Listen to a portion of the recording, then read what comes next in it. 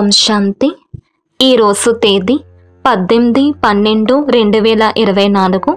తండ్రి చెప్తున్నారు, మధురమైన పిల్లలు, సర్వశక్తివంతుడైన తండ్రితో బుద్ధియోగాన్ని లగ్నం చేయటం ద్వారా శక్తి లభిస్తుంది. స్మృతి ద్వారానే ఆత్మరూపీ బ్యాటరీ ఛార్జ్ అవుతుంది. ఆత్మ పవిత్రంగా సతో ప్రధానంగా తయారవుతుంది. ప్రశ్న: సంగమ యుగంలో పిల్లలైన మీరు ఏ పురుషార్థం చేసిన కారణంగా ప్రారబ్ధముగా దేవతా పదవి లభిస్తుంది? జవాబు: సంగమ యుగంలో మనం శీతలంగా తయారయ్యే పురుషార్థం చేస్తాము. శీతలము అనగా పవిత్రంగా అవ్వటంతో మనం దేవతలుగా తయారైపోతాం. ఎప్పటి వరకు శీతలంగా అవ్వరో అప్పటి వరకు దేవతలుగా కూడా తయారు కాలేరు. సంగమంలో శీతల దేవీలుగా తయారై అందరిపై జ్ఞానపు చల్లని జల్లును కురిపిస్తూ అందరినీ శీతలంగా చెయ్యాలి. అందరి దాహాన్ని తీర్చాలి. స్వయం శీతలంగా అవ్వాలి మరియు అందరినీ తయారు చేయాలి. ఓం శాంతి. మనమందరము సోదరులము అని మరియు శివబాబా అందరికీ తండ్రి అని పిల్లలు మొట్టమొదట ఈ ఒకే విషయాన్ని అర్థం చేసుకోవాలి. వారిని సర్వశక్తివంతుడు అని అంటారు. మీలో సర్వశక్తులు ఉండేవి. మీరు విశ్వమంతటిపై రాజ్యం చేసేవారు. భారతదేశంలో దేవీ దేవతల రాజ్యం ఉండేది. పిల్లలైన మీరే ఒకప్పుడు పవిత్ర దేవీ దేవతలు. మీ కులంలో లేక వంశంలో అందరూ నిర్వికారులే ఉండేవారు. ఎవరు నిర్వికారులుగా ఉండేవారు? ఆత్మలు. ఇప్పుడు మీరు మళ్ళీ నిర్వికారులుగా తయారవుతున్నారు. సర్వశక్తివంతుడైన తండ్రి స్మృతిలో శక్తిని తీసుకుంటున్నారు. ఆత్మయే 84 జన్మల పాత్రను అభినయిస్తుందని తండ్రి చెప్పారు. ఆత్మలోని సతో ప్రధాన శక్తి ఉంది. అది మళ్ళీ ప్రతిదినము తగ్గుతూ ఉంటుంది. సతో ప్రధానము నుండి తమో ప్రధానంగా తయారవ్వాల్సిందే. కారులో బ్యాటరీ శక్తి తగ్గిపోతూ ఉంటే మోటార్ ఆగిపోతుంది. బ్యాటరీ డిశ్చార్జ్ అయిపోతుంది. ఆత్మ బ్యాటరీ పూర్తిగా డిశ్చార్జ్ అవ్వదు. ఎంతో కొంత శక్తి ఉంటుంది. ఎవరన్నా చనిపోతే దీపం వెలిగిస్తారు. అందులో నెయ్యి పోస్తూ ఉంటారు, జ్యోతి ఆరిపోకూడదు అని. మీ ఆత్మలో పూర్తి శక్తి ఉండేది. ఇప్పుడు లేదని మీకు అర్థమయ్యింది. మీలో శక్తి నింపుకునేందుకు ఇప్పుడు సర్వశక్తివంతుడైన తండ్రితో మీ బుద్ధియోగాన్ని జోడిస్తారు. ఎందుకంటే శక్తి తక్కువైపోయింది. శక్తి ఒకేసారి తగ్గిపోతే శరీరం కూడా ఉండదు. ఆత్మ తన్నిని జ్ఞాపకం చేస్తూ చేస్తూ పూర్తిగా పవిత్రమైపోతుంది. సత్యుగంలో మీ బ్యాటరీ పూర్తిగా ఛార్జ్ అయి ఉంటుంది. మెల్లమెల్లగా కలలు తగ్గుతూ తగ్గుతూ ఉంటాయి. అనగా బ్యాటరీలో ఛార్జ్ తక్కువైపోతూ ఉంటుంది. కలియుగాంతంలో ఆత్మశక్తి చాలా తక్కువైపోతుంది. శక్తి దివాలా తీసినట్లు అవుతుంది. బాబాను జ్ఞాపకం చేయటం ద్వారా ఆత్మ మళ్ళీ నిండుగా అయిపోతుంది. కావున ఇప్పుడు తండ్రి వివరిస్తున్నారు, ఒక్కరినే స్మృతి చెయ్యాలి. ఉన్నతాతి ఉన్నతమైన వారు ఒక్క భగవంతుడే. మిగిలినవన్నీ రచన. రచనకు రచన నుండి హద్దు యొక్క వారసత్వం లభిస్తుంది. ఒక్క అనంతమైన తండ్రియే రచయిత. మిగిలినవన్నీ హద్దులోనివే. అనంతమైన తండ్రిని స్మృతి చేస్తే అనంతమైన వారసత్వం లభిస్తుంది. కాబట్టి పిల్లలు హృదయంలో బాబా మా కోసం స్వర్గాన్ని, కొత్త ప్రపంచాన్ని స్థాపన చేస్తున్నారు అని అర్థం చేసుకోవాలి. డ్రామా ప్లాన్ అనుసారంగా స్థాపన కూడా అవుతుంది. అందులోకి పిల్లలైన మీరే వచ్చి రాజ్యం చేస్తారు. నేనైతే సదా పవిత్రుడను. నేనెప్పుడూ గర్భం నుండి జన్మ తీసుకోను. దేవీ దేవతల్లా కూడా జన్మ తీసుకోను. కేవలం పిల్లలైన మీకు స్వర్గ రాజ్యాన్ని ఇవ్వటానికి ఈ బాబా 60 సంవత్సరాల వానప్రస్థ అవస్థలో ఉన్నప్పుడు నేను ఇతని తనువులోకి ప్రవేశిస్తాను. తర్వాత ఇతడు నెంబర్ 1 తమో ప్రధానం నుండి నెంబర్ 1 సతో ప్రధానంగా తయారవుతాడు. ఉన్నతాతి ఉన్నతమైన వారు భగవంతుడు. తర్వాత సూక్ష్మవతనం మధ్యలో ఉంటుంది. బ్రహ్మ, విష్ణు, శంకర్లు ఎక్కడి నుండి వచ్చారు? ఇది కేవలం సాక్షాత్కారం అవుతుంది. అప్పుడు స్థూల శరీరమైతే లేదు. సూక్ష్మ శరీరం కేవలం దివ్య దృష్టి ద్వారా చూడబడుతుంది. బ్రహ్మ శ్వేత వస్త్రధారుడు. ఆ విష్ణువు వజ్ర వైడూర్యాలతో అలంకరింపబడి ఉన్నాడు. తర్వాత శంకరుడి మెడలో పాములు మొదలైనవి చూపుతారు. ఇలా శంకరుడు మొదలైన వారు ఎవరు ఉండరు. అమరనాథులో పార్వతికి శంకరుడు అమర కథ వినిపించాడు అని అంటారు. మరి సూక్ష్మవతనంలో మనుష్య సృష్టి లేదు. మరి కథను ఎలా వినిపిస్తారు? కేవలం సూక్ష్మవతనము సాక్షాత్కారం అవుతుంది. ఎవరైతే పూర్తిగా పవిత్రమైపోతారో వారికి సాక్షాత్కారం అవుతుంది. వారే మళ్ళీ సత్యుగానికి వెళ్ళి స్వర్గాధిపతులుగా అవుతారు. వీరు రాజ్యభాగ్యాన్ని ఎలా పొందారు అని బుద్ధిలోకి రావాలి. యుద్ధము మొదలైనవేవీ జరగవు. దేవతలు హింస ఎలా చేస్తారు? ఇప్పుడు మీరు తండ్రిని జ్ఞాపకం చేసి రాజ్యాన్ని తీసుకుంటారు. ఎవరన్నా నమ్మండి, నమ్మకపోండి. దేహ సహితంగా దేహపు సర్వ ధర్మాలను మరచి నన్నొక్కడే జ్ఞాపకం చెయ్యమని గీతలో కూడా ఉంది. మమకారము ఉండేందుకు తండ్రికైతే తమ దేహమే లేదు. కొద్ది సమయం కొరకు ఈ దేహాన్ని అద్దెకు తీసుకుంటాను, లేకపోతే నేను జ్ఞానాన్ని ఎలా ఇవ్వను అని బాబా అంటారు. నేను ఈ వృక్షానికి చైతన్య బీజ రూపుడను. ఈ వృక్ష జ్ఞానము కేవలం నాలోనే ఉంది. ఈ సృష్టి ఆయువు ఎంతో, దీని ఉత్పత్తి, పాలన, వినాశనం ఏ విధంగా జరుగుతుందో మనుషులకేమీ తెలియదు. వారు హద్దులోని చదువును చదువుతారు. తండ్రైతే అనంతమైన చదువుని చదివించి పిల్లలను విశ్వాధిపతులుగా తయారు చేస్తారు. దేహధారి అయిన మనిషిని భగవంతుడు అని ఎప్పుడూ పిలవరు. ఎవరికి వారికి తమ సూక్ష్మ దేహం ఉంది. అందుకని వారిని భగవంతుడు అని అనరు. ఈ శరీరమైతే ఈ దాదా ఆత్మకు ఆసనం. అకాల తఖ్త్ ఉంది కదా, అక్కడ పెద్ద పెద్దవారెవరైతే ఉన్నారో వారు దానిపైన కూర్చుంటారు. ఇప్పుడు తండ్రి తెలియజేస్తారు, ఇదే ఆత్మలందరి అకాల తఖ్త్. ఆత్మలోనే మంచి చెడు సంస్కారాలు ఉంటాయి. అందుకనే ఇది కర్మల ఫలితము అని అంటారు.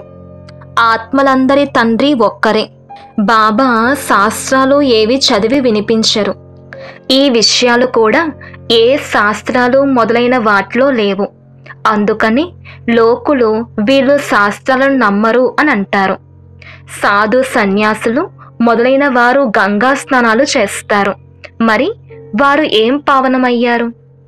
తిరిగి ఎవ్వరూ వెళ్ళలేరు. అందరూ అంతిమంలో వెళ్తారు. గుంపులుగా దోమల గుంపు వెళ్ళినట్లుగా వెళ్తారు. తేనెటీగల్లో కూడా రాణి ఈగ ఒక్కటే ఉంటుంది. దాని వెనక అన్నీ వెళ్తాయి. తండ్రి వెళ్తే వారి వెనక ఆత్మలన్నీ వెళ్తాయి. మూలవతనంలో కూడా ఆత్మలన్నీ గుంపుగా ఉంటాయి. ఇక్కడ మళ్ళీ మనుషుల గుంపు. ఈ గుంపు కూడా ఒకరోజు వెళ్ళిపోతుంది. తండ్రి వచ్చి ఆత్మలన్నిటినీ తీసుకొని వెళ్తారు. శివుని ఊరేగింపు అన్న గాయనం చేయబడ్డది. మగపిల్లలకైనా ఆడపిల్లలకైనా తండ్రి వచ్చి పిల్లలకు స్మృతి యాత్రను నేర్పిస్తారు. పవిత్రంగా అవ్వకుండా ఆత్మ తిరిగి ఇంటికి వెళ్ళజాలదు. ఎప్పుడైతే పవిత్రంగా అయిపోతారో అప్పుడు మొదట శాంతిధామంలోకి వెళ్తారు. ఆ తర్వాత అక్కడి నుండి మెల్లమెల్లగా కిందకొస్తూ ఉంటారు. వృద్ధి జరుగుతూ ఉంటుంది. రాజధాని తయారవ్వాలి కదా, అందరూ కలిసి రారు. వృక్షం మెల్లమెల్లగా వృద్ధిని పొందుతుంది కదా. మొట్టమొదట ఆది సనాతన దేవీ దేవత ధర్మం ఉంటుంది. దాన్ని తండ్రియే స్థాపన చేస్తారు. బ్రాహ్మణులుగా కూడా మొట్టమొదట ఎవరైతే దేవతలుగా అవుతారో వారే అవుతారు. ప్రజాపిత బ్రహ్మ అయితే ఉన్నారు కదా, ప్రజల్లో కూడా సోదరీ సోదరులు అంటారు. బ్రహ్మ కుమారి కుమారులుగా ఇక్కడ లెక్కలేనంత మంది అవుతారు. తప్పకుండా నిశ్చయబుద్ధి కలవారిగా ఉంటారు. కావుననే ఇన్ని ఎక్కువ మార్కులను పొందుతారు. మీలో కూడా ఎవరైతే పక్కాగా ఉంటారో వారక్కడకు మొట్టమొదట వస్తారు. అపరిపక్వంగా ఉన్నవారు చివర్లోనే వస్తారు. మూలవతనంలో ఆత్మలందరూ ఉంటారు. మళ్ళీ కిందకొచ్చినప్పుడు వృద్ధి జరుగుతూ ఉంటుంది. శరీరం లేకుండా ఆత్మ పాత్రను ఎలా అభినయిస్తుంది? ఇది పాత్రధారుల ప్రపంచము. వారు 4 యుగాలలోనూ తిరుగుతూ ఉంటారు. సత్యుగంలో మనమే దేవతలుగా ఉండేవారము. మళ్ళీ మనమే క్షత్రియులుగా, వైశ్యులుగా, శూద్రులుగా అవుతాము. ఇప్పుడు ఇది పురుషోత్తమ సంగమ యుగము. ఈ యుగము ఇప్పుడే తండ్రి వచ్చినప్పుడు తయారవుతుంది. ఈ అనంతమైన జ్ఞానమును ఇప్పుడు అనంతమైన తండ్రియే ఇస్తారు. శివబాబాకు తమ శారీరక నామమేమీ లేదు. ఈ శరీరము ఈ దాదాకు చెందినదే. తండ్రి కొద్ది సమయం కొరకు దీన్ని అద్దెకు తీసుకున్నారు. నేను మీతో మాట్లాడేందుకు నాకు ముఖమైతే కావాలి కదా. నోరు లేకపోతే తండ్రి పిల్లలతో మాట్లాడలేరు కూడా. అలాగే మళ్ళీ అనంతమైన జ్ఞానాన్ని కూడా ఈ నోటి ద్వారా వినిపిస్తాను. కావుననే దీన్ని గోముఖము అని కూడా అంటారు. పర్వతాల నుండి నీరు వెలువడుతూ ఉంటుంది. అక్కడ వారు ఒక గోముఖమును తయారు చేసేశారు. దాని నుండి నీరు వస్తూ ఉంటుంది. దాన్ని వారు గంగాజలంగా భావిస్తూ తాగుతారు. ఆ నీటికి ఎంతో మహత్వమును ఉంచుతారు. ఈ ప్రపంచంలో అంతా అసత్యమే. సత్యమునైతే ఒక్క తండ్రియే వినిపిస్తారు. మళ్ళీ ఆ అసత్యమైన మనుషులు ఈ తండ్రి జ్ఞానమును అసత్యంగా భావిస్తారు. భారతదేశంలో సత్యుగం ఉన్నప్పుడు దీన్ని సత్యఖండము అని అంటారు. మళ్ళీ భారతదేశమే పురాతనంగా అయినప్పుడు ప్రతి విషయము, ప్రతి వస్తువు అసత్యంగా అయిపోతుంది. ఎంతటి తేడా ఉంటుంది? మీరు నన్ను ఎంతగా గ్లాని చేశారు. సర్వవ్యాపి అంటూ ఎంతగా అవమానించారు. ఈ పాత ప్రపంచం నుండి తమను తీసుకువెళ్ళమని శివబాబాని పిలుస్తారు. నా పిల్లలందరూ కామచితిపైకి ఎక్కి నిరుపేదలుగా అయిపోయారు అని తండ్రి అంటారు. మీరు స్వర్గాధిపతులుగా ఉండేవారు కదా, మీకు ఆ స్మృతి కలుగుతోంది కదా అని పిల్లలను అడుగుతారు. బాబా పిల్లలకే అర్థం చేయిస్తారు. మొత్తం ప్రపంచానికైతే అర్థం చేయించరు కదా. పిల్లలే తండ్రిని జ్ఞాపకం చేస్తారు, అర్థం చేసుకుంటారు. ప్రపంచానికి ఈ విషయాల గురించి తెలియనే తెలియదు. అన్నిటికన్నా పెద్ద ముళ్ళు కామము. దీని పేరే పతిత ప్రపంచం. సత్యుగము 100% పవిత్ర ప్రపంచం. మనుషులే పవిత్ర దేవతల వద్దకు వెళ్ళి నమస్కరిస్తారు. సాత్విక ఆహారము తినే భక్తులు అనేక మంది ఉన్నారు. అలాగని వికారాల్లోకి వెళ్ళారు అని కూడా కాదు. చాలామంది బాల బ్రహ్మచారులుగా కూడా ఉంటారు.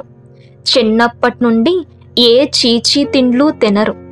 సన్యాసులు కూడా నిర్వికారులు అవ్వమంటారు. ఇల్లు వాకిళ్ళు వదిలి సన్యసిస్తారు. మళ్ళీ పునర్జన్మలో కూడా ఒక గృహస్థ జన్మ తీసుకొని మళ్ళీ ఇల్లు వాకిళ్ళు వదిలి అడవుల్లోకి వెళ్ళిపోతారు. మరి పతితం నుండి పావనంగా అవ్వగలరా? అవ్వలేరు. పతిత పావనుడైన తండ్రి శ్రీమతం లేకుండా ఎవ్వరూ పతితం నుండి పావనంగా అవ్వలేరు. సత్యుగంలో దేవీ దేవతలు ఎప్పుడైనా ఇల్లు వాకిళ్ళు వదులుతారా? వాళ్ళది హద్దులోని సన్యాసము, మీది అనంతమైన సన్యాసం.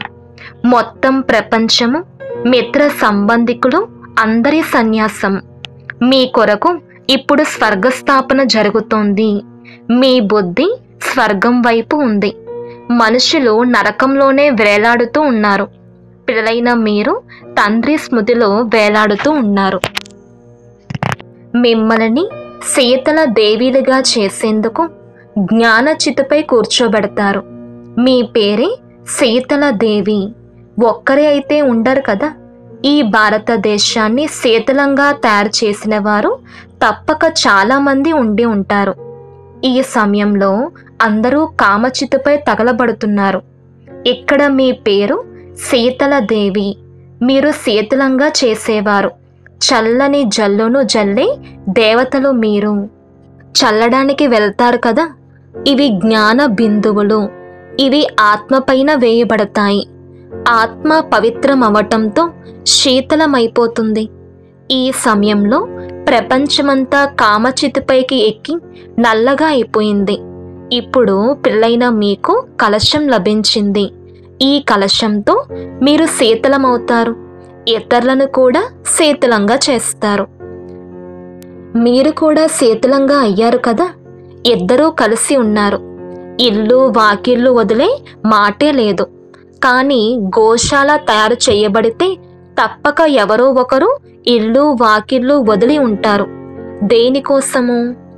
జ్ఞానచితిపై కూర్చొని శీతలమయ్యేందుకు. ఎప్పుడైతే మీరు ఇక్కడ శీతలమవుతారో అప్పుడే మీరు దేవతలు అవ్వగలరు. ఇప్పుడు పిల్లలైన మీ బుద్ధియోగము పురాతనమైన ఇంటి వైపుకు వెళ్ళకూడదు. తండ్రితోటే బుద్ధి వేలాడుతూ ఉండాలి. ఎందుకంటే మీరందరూ తండ్రితో పాటు ఇంటికి వెళ్ళాలి. మధురమైన పిల్లలు, నేను మార్గదర్శకుగా అయ్యి మిమ్మల్ని తీసుకెళ్లేందుకు వచ్చాను అని బాబా అంటారు. ఇది శివశక్తి పాండవ సైన్యము. మీరు శివుని నుండి శక్తిని తీసుకునేవారు. వారు సర్వశక్తివంతుడు. పరమాత్మ మరణించిన వారిని కూడా జీవింప చేయగలరు అని వారు భావిస్తారు. కానీ ప్రియమైన పిల్లలు, ఈ డ్రామాలో ప్రతి ఒక్కరికి అనాది పాత్ర లభించింది. నేను కూడా రచయితను, డైరెక్టర్ను, ముఖ్యమైన నటుడను. డ్రామాలోని పాత్రను మనం ఏమాత్రమూ మార్చలేము. ఆకు కూడా పరమాత్మని ఆజ్ఞ అనుసారంగానే కదులుతుంది అని మనుషులు భావిస్తారు. కానీ పరమాత్మ స్వయమే నేను కూడా డ్రామాకు ఆధీనమై ఉన్నాను, దీని బంధనంలో బంధింపబడి ఉన్నాను అని చెప్తారు. నా ఆజ్ఞ అనుసారంగా ఆకులు కదులుతాయని కాదు. సర్వవ్యాపి అన్న అజ్ఞానము భారతవాసులను పూర్తిగా దివాలా కోరిగా చేసేసింది. తండ్రి ఇచ్చే జ్ఞానము ద్వారా భారతదేశము మళ్ళీ శిరోకిరీటముగా అయిపోతుంది. మంచిది. మధురాతి మధురమైన ఆత్మిక పిల్లలకు మాతాపిత బాప్దాదాల ప్రియస్మృతులు మరియు గుడ్ మార్నింగ్. ఆత్మిక పిల్లలకు ఆత్మిక తండ్రి నమస్తే. ధారణ కొరకు ముఖ్య సారము. 1. సూర్యవంశంలోకి మొట్టమొదట వచ్చేందుకు నిశ్చయ బుద్ధి కలవారై పూర్తి మార్కులను పొందాలి. పక్కా బ్రాహ్మణులుగా అవ్వాలి. అనంతమైన జ్ఞానాన్ని స్మృతిలో ఉంచుకోవాలి. 2. జ్ఞానచితిపై కూర్చొని శీతలంగా అనగా పవిత్రంగా అవ్వాలి. జ్ఞాన యోగాలతో కామపు తాపమును సమాప్తం చెయ్యాలి. బుద్ధి యోగము సదా ఒక్క తండ్రితోనే వేలాడుతూ ఉండాలి. వరదానము. బ్రాహ్మణ జీవితంలో శ్రేష్ఠ స్థితి రూపీ మెడల్ను ప్రాప్తి చేసుకుని నిశ్చింత చక్రవర్తి భవ. విస్తారము. మీరందరూ మీ స్వస్థితిని చాలా చాలా మంచిగా తయారు చేసుకునేందుకు బ్రాహ్మణులుగా అయ్యారు. బ్రాహ్మణ జీవితంలో శ్రేష్ఠ స్థితియే మీ ప్రాపర్టీ. ఇదే బ్రాహ్మణ జీవితపు మెడల్. ఎవరైతే ఈ మెడల్ని ప్రాప్తి చేసుకుంటారో వారు సదా స్థిరంగా దృఢంగా ఏకరస స్థితిలో ఉంటూ సదా నిశ్చింతులుగా నిశ్చింత చక్రవర్తులుగా అవుతారు. వారు అన్ని కోరికల నుండి ముక్తులై ఇచ్ఛామాత్రం అవిద్యా స్వరూపులుగా అవుతారు. ఈరోజు స్లోగన్. అపారమైన నిశ్చయంతో మరియు నషాతో నా బాబా అని అనండి. అప్పుడు మాయ సమీపంగా కూడా రాజాలదు. ఓం శాంతి.